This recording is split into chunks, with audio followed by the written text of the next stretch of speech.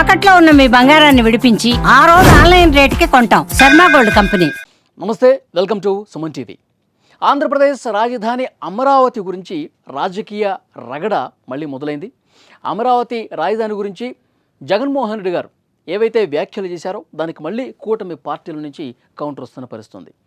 అమరావతి రాజధానికి అన్ని వేల కోట్ల రూపాయలు ఎందుకు ఖర్చు పెడుతున్నారు, అమరావతి కోసం ఇన్ని వేల కోట్ల రూపాయలు ఖర్చు పెట్టి ఆ ఖర్చునంతా గంగపాలు ఎందుకు చేస్తూ ఉన్నారని చెప్పి ప్రశ్నించారు. సెల్ఫ్ ఫైనాన్స్ ప్రాజెక్ట్ అన్నారు అమరావతిని. చంద్రబాబు నాయుడు గారు ఆ ప్రకటన పదే పదే చేస్తూ ఉన్నారు. మరి సెల్ఫ్ ఫైనాన్స్ ప్రాజెక్టు దానంతటా అదే నిర్మించుకుంటుంది అని చెప్పినప్పుడు మళ్ళీ వేల కోట్ల రూపాయలు అప్పులు చేసి మరీ రాజధానిని ఎందుకు కడుతున్నారని చెప్పి ప్రెస్ మీట్లో ప్రశ్నించారు జగన్మోహన్ రెడ్డి గారు.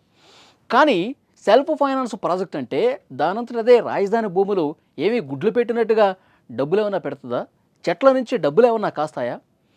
రాజధాని అభివృద్ధి చెందిన తర్వాత ఉన్నటువంటి ఆ ల్యాండ్ బ్యాంకు అభివృద్ధి చెందిన రాజధానిలో ఉంటుంది కాబట్టి దాని ద్వారా ఆ భూముల అమ్మకం ద్వారా డబ్బులు వస్తాయి.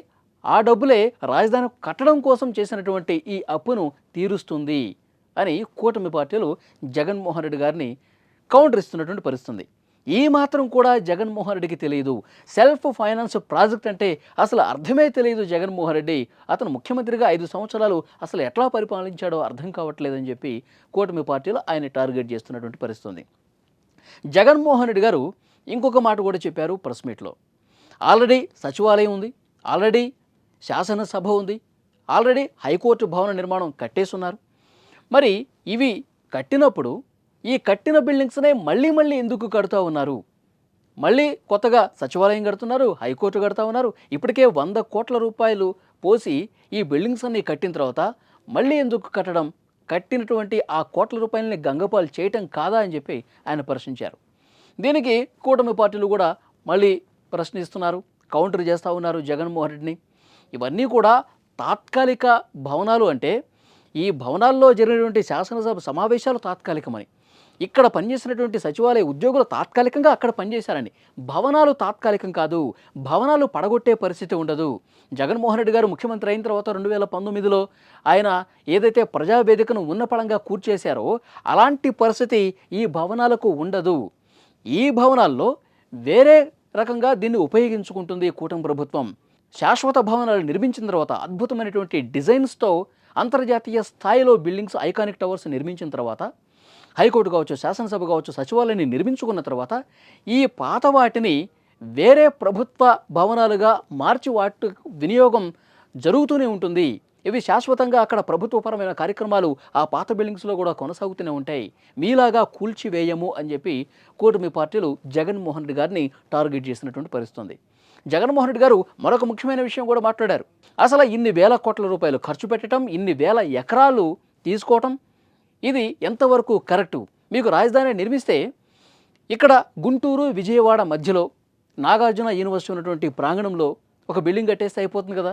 దాని చుట్టుపక్కల ఒక 500 ఎకరాలు తీసుకుని ఒక బిల్డింగ్ కట్టేసి ఇది రాజధాని అంటే సరిపోతుంది కదా. ఎందుకు ఇంత ప్రజాధనం వృధా చేస్తున్నారు అని మాట్లాడుతున్నారు. మరి దీనికి సూటిగా కూటమి పార్టీలు కూడా క్వశ్చన్ చేస్తూ ఉన్నాయి వైఎస్ జగన్మోహన్ రెడ్డి గారిని. మరి మీరు ముఖ్యమంత్రిగా ఉన్న సమయంలో 5 సంవత్సరాల పాటు ఏం చేశారు జగన్మోహన్ రెడ్డి గారు? ఇక్కడ 500 ఎకరాలు మీకు సరిపోతుంది అనుకుంటే మరి మీరు శాసన రాజధాని, కార్యనిర్వహణ రాజధాని, న్యాయ రాజధాని, ఆంధ్రప్రదేశ్కి 3 రాజధానులు అని చెప్పి మీరు ప్రకటన ఎందుకు చేశారు? మీరు ముఖ్యమంత్రిగా ఉన్నప్పుడు సజావుగా పనిచేయలేదు, 3 రాజధానులు అని చెప్పి కాలయాపన చేశారు. మీకు అదే సోయ ఉంటే గనక, అదే స్పృహ ఉంటే గనక 500 ఎకరాల్లో సరిపోతుందని చెప్పి మీరు చేయాల్సి ఉండే కదా. గుంటూరు విజయవాడ మధ్య 500 ఎకరాల్లో రాజధానిని ఒక బిల్డింగ్ కట్టేసి ఇదే రాజధాని చెప్పి పూర్తి చేయొచ్చు కదా. మీరు ముఖ్యమంత్రిగా ఉన్న సమయంలోనేమో 3 రాజధానులు అని చెప్పి ఇక్కడ చంద్రబాబు నాయుడు గారు ప్రారంభించిన ఈ రాజధానిని పూర్తిగా నాశనం చేసి జరిగినటువంటి నిర్మాణాలను కూడా ఎక్కడికక్కడ ఆపేసి పూర్తిగా ఒక శ్మశానంలాగా, అడవిలాగా తలపించే విధంగా చేసేసి ఇప్పుడు మీరు ప్రతిపక్షం వచ్చేసరికి మళ్ళీ అద్భుతమైన రాజధానికి రూపుదిద్దుకుంటున్నటువంటి ఈ సమయంలో మళ్ళీ మీ అక్కసును వెళ్ళగట్టుకోవటం ఎంతవరకు సబబు, సమంజసం అని కూటమి పార్టీలు మళ్ళీ టార్గెట్ చేస్తున్నటువంటి పరిస్థితుంది. ఫ్రెండ్స్, మీకేమనిపిస్తుంది జగన్మోహన్ రెడ్డి గారు రాజధాని గురించి చేసినటువంటి ఈ ప్రకటన పట్ల? రాజధాని గురించి ప్రభుత్వం మీద చేసినటువంటి ఏ విమర్శలు సహేతుకమైనవని చెప్పి మీరు భావిస్తున్నారా? లేకపోతే జగన్మోహన్ రెడ్డి గారు చెప్పిన దాంట్లో వాస్తవం ఉంది అని చెప్పి మీరు భావిస్తున్నారా? ఏమనుకుంటున్నారో కామెంట్ రూపంలో తెలియజేయండి. Thank you very much.